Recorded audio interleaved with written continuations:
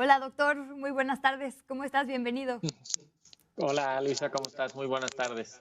Ya no te Gracias, presento porque como saludos. estamos estrenando cortinilla, pues ya ahora Oye, cada quedó martes padrísima. te la merecías después de año y medio de colaboración. Más bien, disculpa la No, con mucho tardanza. gusto.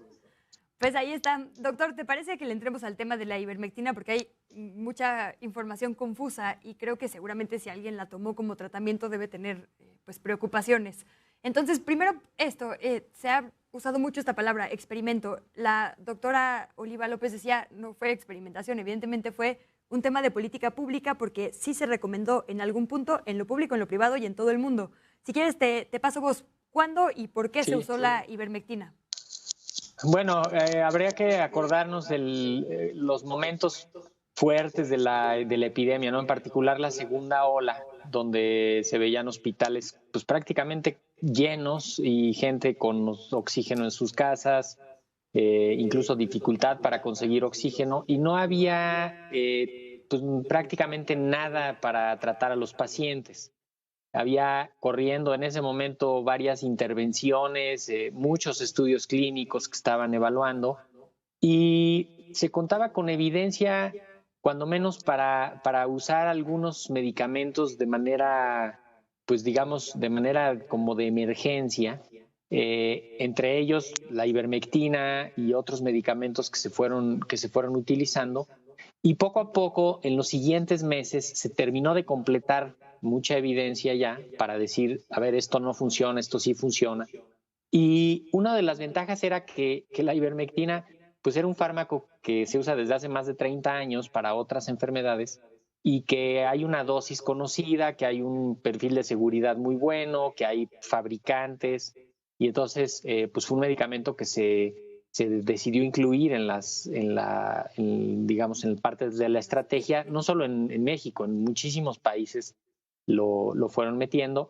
Quizá lo que pues después no se vio tanto fue cómo se fue saliendo o se siguió con esta inercia de uso, ¿no? En lo privado seguimos viendo recetas de médicos que siguen utilizando ivermectina y en agosto este documento que se comentaba, el consenso para el manejo de pacientes con COVID, que decía justamente que no se use la ivermectina más que dentro de estudios clínicos y pues hemos visto ahí algunas reacciones sobre algunos textos que se han ido publicando o que se han querido ir publicando sobre las intervenciones que se hicieron, más que evaluando el medicamento, pues era ver el impacto de la intervención que entre otras cosas incluía la ivermectina.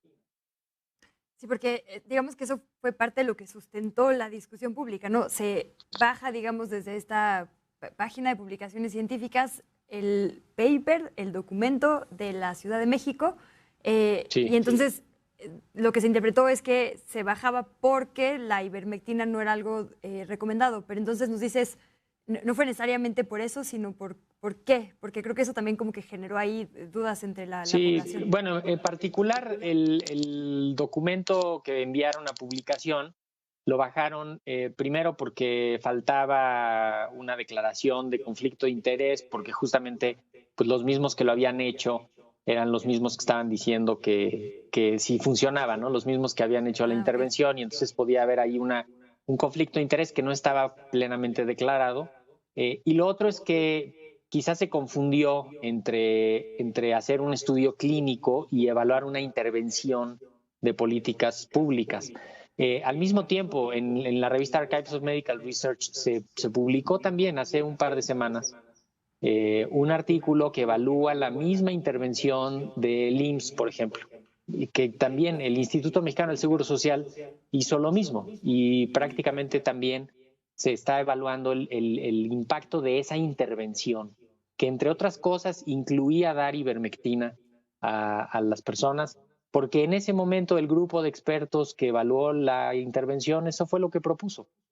También un poco es como no perder la perspectiva del momento en el que se hicieron estas intervenciones y la forma en la que las estamos evaluando ahorita, como viendo que ya después, ¿no? Viendo ya después que todo pasó, que creo que es parte de donde se pierde la perspectiva. Y el problema de no seguir actualizándonos, porque, por ejemplo, seguía viendo tapetes, digo, es una comparación burda, pero lo mismo, ¿no? Tenemos tapetes sanitizantes en todas las entradas, a pesar de que se nos dijo hace meses que no era ya necesario. Es decir, las recomendaciones, los tratamientos van cambiando todo el tiempo. ¿Cómo sabemos o cómo nos actualizamos como población? ¿Con cuáles nos estamos quedando? ¿Con cuáles no? ¿Con base en qué? Es decir, ¿qué tiene que pasar para que digamos, ok, ivermectina no, tal sí? ¿Dónde se consulta esa información? ¿Cómo saber pues, Sí. las actualizaciones importantes? Bueno, un poco es siguiendo la información y tratar de darle seguimiento como, digamos, puntual, ¿no? Sobre algunos temas. Por ejemplo, ahorita volvió a salir esto de la ivermectina, pero ya lo habíamos estado diciendo, el uso de los antibióticos, la citromicina, por ejemplo, no hay que usar acitromicina. Esto está en las guías de práctica clínica, en el consenso interinstitucional que publicaron. Quizá lo que nos ha faltado un poco es poner al alcance de todos esa información y hacer énfasis en esas recomendaciones de la Organización Mundial de la Salud, de la FDA en Estados Unidos, de los CDC, de Europa, de Estados Unidos también, y darle peso a la información científica y también asumir que eso puede ir cambiando, ¿no? En la sociedad nos cuesta trabajo esto de la medición de la temperatura a la entrada no funciona, los tapetes sanitizantes a la entrada tampoco funcionan. Y tenemos como sociedad que aceptar eso y decir, bueno, pues sí, eso tiene que cambiar. Y no pedir antibióticos cuando vamos a la consulta, no pedir ivermectina, no sugerírsela a nadie, que se regule su venta en las farmacias, ¿no? Eso podría ser parte de la intervención. Y no perder de vista también que cuando menos las dosis que se están utilizando, los medicamentos que se están utilizando, pues son fármacos que llevan muchos años usándose. Tampoco es que son medicamentos nuevos que no se sabe exactamente qué va a pasar.